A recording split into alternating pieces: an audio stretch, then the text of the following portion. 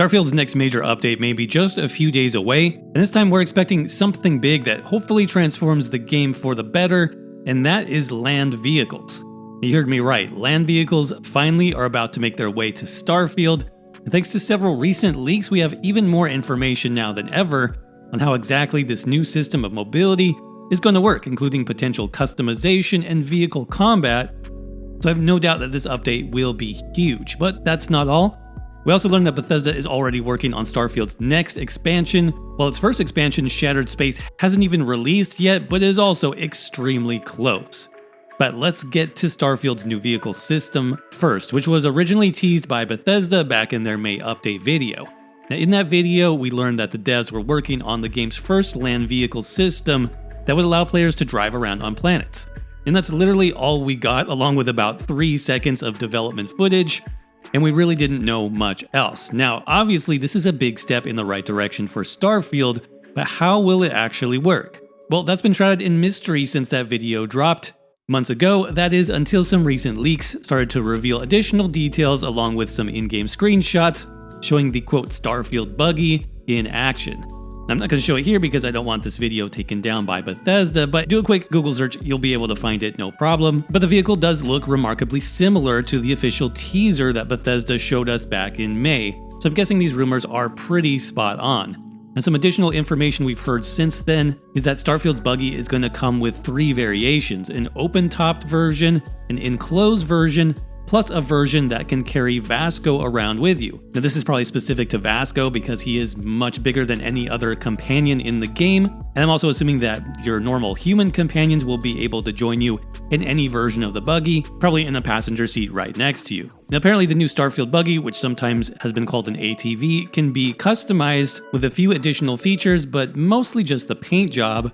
Now, the leak also claimed that the upcoming vehicles do have some basic weapon options like a laser and a rocket launcher, and this does match the screenshot that was provided alongside the leak, which shows off some type of weapon module mounted on top of the buggy. Now, another big question I have regarding land vehicles in Starfield is how and if these have any integration at all with your ship. In other words, will there be new ship modules to secure your buggy during space flight and then basically let you drive out onto the planet once you land? Personally, I think this would be amazing, and I hope that Starfield gets this eventually, but it seems like it might not be the case, at least right away, because these initial leaks only talk about the buggy simply spawning next to your ship, not actually being able to travel along with you inside. Again, this has not been confirmed, this is just what we're hearing at this time, and while that may be disappointing for some, I think it does actually make sense, at least in the short term for now, because players who put in, dozens of hours into their ship design would then need to take the time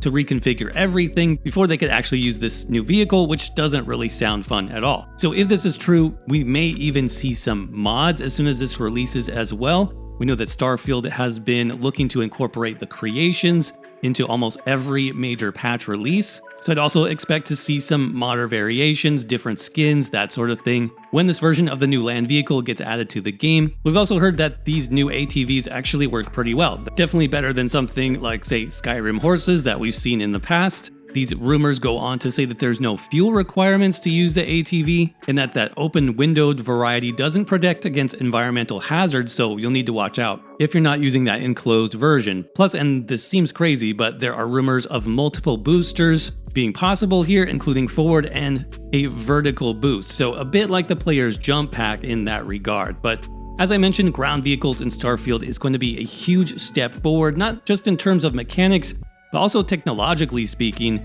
Faster movement speeds means that Starfield is going to need to load environmental details even faster as well, and I do wonder if there will be some potential updates to Starfield's overworld loading screens as well to accommodate this new system. Now, if implementing land vehicles means they were also able to reduce or even eliminate some of those loading screens, that would be another huge step forward in the right direction for this game, in my opinion. So how soon will we see a land vehicle in Starfield, you might be asking? Well, my bet is that the Starfield ATV is going to get added to the game in just a few days' time as part of Starfield's next major patch, which is likely to be dropped this month, in August. Now, previously the dev team stated that they were shooting for patch updates roughly every 6 weeks or so, and With the previous patch releasing back on June 9th, we are definitely overdue for something new coming to Starfield this month. And with a focus on content updates and quality of life improvements over the past year, Starfield has definitely improved from its initial release. Features like city maps, lots of new gameplay options, including the ability to adjust enemy damage, ship damage, everything from ammo weight to environmental damage, plus a lot more. Then of course they added the ship decoration mode, better inventory management, and the dialogue camera options, just to name a few of those additions. So yeah, this game is headed in the right direction, I think, but there's still plenty of improvements that this game can make. But another reason why I think this next patch will be huge for Starfield is that it will also likely be the last patch leading into Starfield's first story DLC called Shattered Space. In order to build up the hype and get players interested in Starfield again for a potential DLC, Bethesda will want to give them something juicy to get them back into the game and playing again in that ramp-up time period just before the DLC releases. Now, we still don't have an exact date for Shattered Space to release, but I do think sometime in September, maybe early October seems very likely. So a huge patch drop in August and then a DLC drop as soon as possible after that definitely would have the most impact for Bethesda and the best possibility of getting players back into Starfield and playing again for the long term. But the Starfield news doesn't actually end there, because we already have some ideas of what Bethesda plans to do next for their follow-up story DLC in 2025.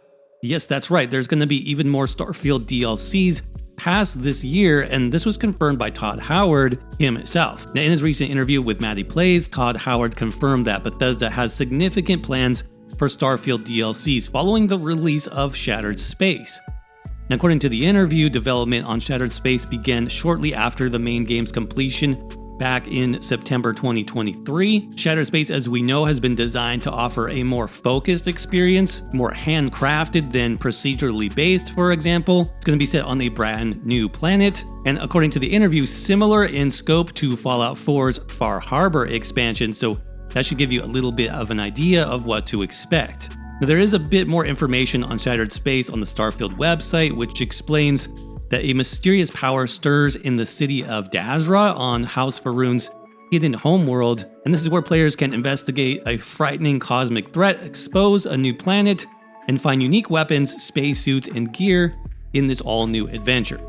Now, I personally loved the darker tone that the Shattered Space trailer brought. This was kind of unexpected, but getting to see the home of House Faroon and this new planet with a completely different look and feel, will we finally be able to figure out what is the Great Serpent? Will we be able to actually interact with it?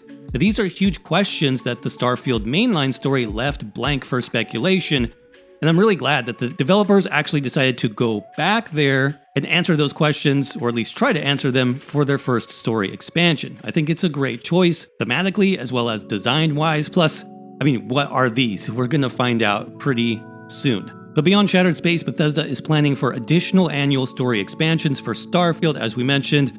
Todd Howard even mentioned that the development team is already working on that next expansion, and talked about Bethesda's long-term commitment to support for Starfield. So while these expansions will not necessarily answer every question, they're going to explore new angles, new tones, new experiences within the Starfield universe, and that really does sound good. And last week we learned of a potential name for the next Starfield story DLC when Bethesda filed a trademark for the name Starborn. Now sure, this could be a trademark for anything really, but I think that Starborn being the name of the next story DLC is pretty likely. And how cool would a Starborn focused expansion be? Personally, I felt that the entire Starborn narrative was a little light in the main story. Not a lot was explained about Starborn in terms of past lore or even how they function as a group. But since the Starborn is technically like a faction in the Starfield universe, it really could be expanded on in so many ways. Think about, just for an example, maybe a hub world of sorts that sort of lives in between universes and dimensions, where you could maybe talk to other Starborn, or purchase new gear or weapons, or accept Starborn-related quests or bounties. Maybe we'll be able to travel directly to other universes, kind of like in the Elder Scrolls, where you can take a different portal to get to different Daedric planes of existence. But Let me know what you guys think about this and what you'd like to see in a Starborn-focused expansion down in the comment section below. What are you looking forward to in terms of land vehicles or other gameplay features? And what would you like to see added to the game next to really expand on the Starfield experience? Let me know what you think down in the comments section below. And as always, thanks again for watching. I hope you're doing well. Stay safe out there, and I will see you around in the next video.